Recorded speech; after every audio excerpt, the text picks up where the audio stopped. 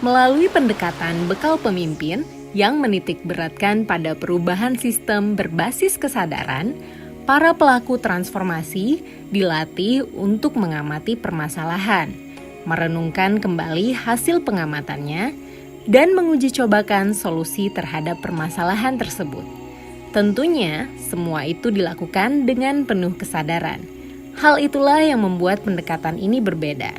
Dengan melihat situasi secara lebih berkesadaran, akan dapat membuka mata kita terhadap hal-hal yang biasanya luput dari perhatian karena terlalu mementingkan ego sendiri. Dengan begitu, maka akan lebih mudah bagi kita untuk melihat dari sudut pandang yang lebih luas untuk kepentingan bersama, seperti yang Joyce ajarkan padaku saat belajar spearfishing. Untuk memasuki laut, kita harus menanggalkan diri sendiri.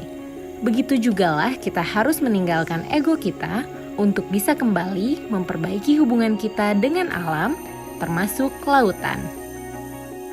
Kak Yusran adalah salah satu pelaku transformasi alumni bekal pemimpin yang merupakan salah satu anggota kelompok prototype Marine Future.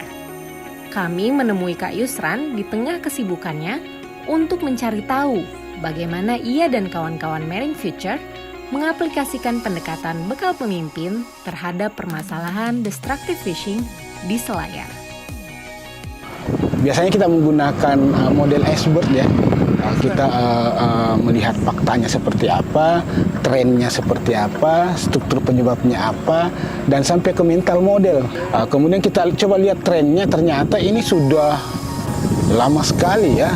Mulai tahun 80-an sudah ada destructive fishing ini di Tarupa. Kemudian di bawahnya kita coba mengidentifikasi apa sebenarnya struktur penyebabnya. Ini reflecting? Reflecting. Kita melihat apa struktur penyebabnya, apa yang melatar belakangi orang bertindak itu atau tidak melakukan itu. Ini mental model. Mental model. Mereka dari dulu terbiasa untuk menangkap ikan hari ini, dapat hari ini habis. Dapat hari ini untuk kebutuhan hari ini. Nah, untuk hidup hari ini, sehingga kebiasaan itu ketika hasilnya banyak pun itu juga akan dihabiskan hari itu. Tidak untuk ditabung atau tidak untuk ditabung karena kebiasaan budaya itu seperti itu. Mengapa sebenarnya destructive fishing terjadi? Yusran dan kawan-kawan telah lama berkecimpung di Tarupa, berkomunikasi langsung dengan berbagai pihak untuk menentukan solusi yang dapat merepresentasikan intensi bersama. Di antaranya nelayan, Balai Taman Nasional Takabonerate, Dinas Kelautan dan Perikanan, serta teman-teman NGO di wilayah Tarupa. Menurut Yusran, sesungguhnya semua pihak ini memiliki intensi yang sama, hanya belum dijahit saja. Dan disitulah peran Marine Future untuk menjahit intensi tersebut agar tercipta kolaborasi. Proses penjahitan ini melahirkan 3 hal vital yang penting untuk didorong di selayar. Pertama, kita perlu menguatkan kembali kearifan suku Bajo dalam tata kelola perikanan yang menurut Marine Future dapat memberikan gambaran sedekat apa hubungan manusia dengan lautan bisa terjalin. Kedua, membangun literasi keuangan keluarga karena menurut Marine Future, persoalannya bukan karena kurang semata, tetapi karena pengeluarannya juga yang tidak tertata. Hasil analisis Marine Future di selayar menunjukkan bahwa hasil penjualan ikan kerapu saja per ekornya mampu mencapai 300.000 hingga 400.000 per hari.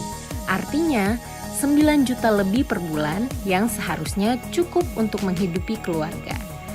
Yang ketiga, membangun pasar yang bisa mempengaruhi cara tangkap nelayan. Sebab pada mulanya, alasan destructive fishing ada pun karena pasarnya ada, sehingga dibutuhkan adanya perubahan di pasar. Merespon poin ketiga tersebut, sebuah startup teknologi perikanan, PT Aruna, menginisiasi kehadiran pasar ikan hasil tangkap non-destructive fishing di selayar. guna mendorong peningkatan taraf hidup nelayan dengan cara-cara yang lebih ramah lingkungan.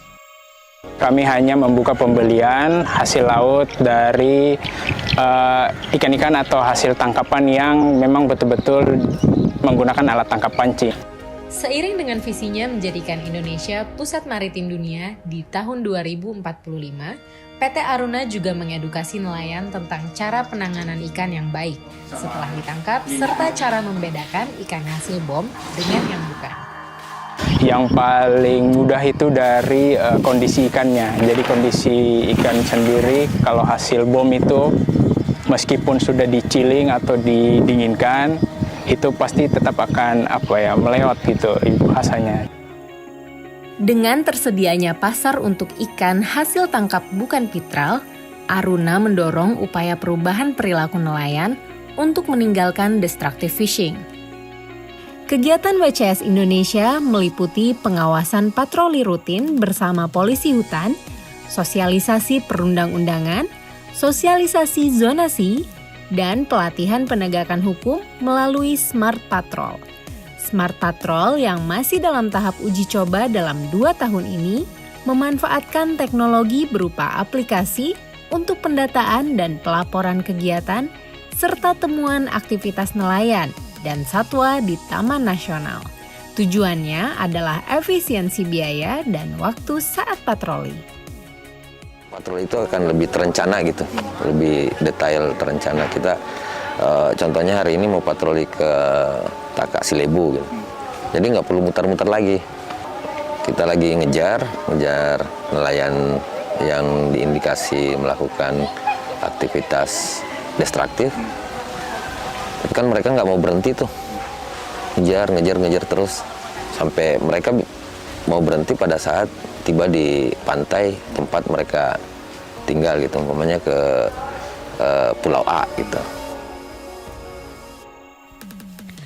Untuk melengkapi fungsi pengawasan yang dilakukan, WCS Indonesia bersama dengan Marine Future juga bergerak di tingkat Kabupaten Selayar, berkolaborasi dengan Yayasan Mati Rotasi, mengumpulkan berbagai pihak untuk menjalin intensi bersama. Hingga kini sudah lahir yang namanya Piagam Pajukukang atau komitmen bersama para pihak di Selayar untuk bekerja sama menyelesaikan masalah destructive fishing, sesuai dengan perannya masing-masing tentunya. Dari pihak pemerintah, Selayar membuat 2 program strategis, yaitu Kawasan Industri Perikanan Terpadu dan Kawasan Ekonomi Khusus Pariwisata. Konsep dari kawasan industri perikanan, jangan tangkap jual, tangkap olah. Nah, olahnya itu di pabrik. Apakah pabrik dengan skala rumah tangga atau yang kita memberdayakan badan usaha milik desa, di semua desa ada, atau skala menengah atau skala tinggi. Itu yang kita lakukan. Maka kita kemudian bikin kebijakan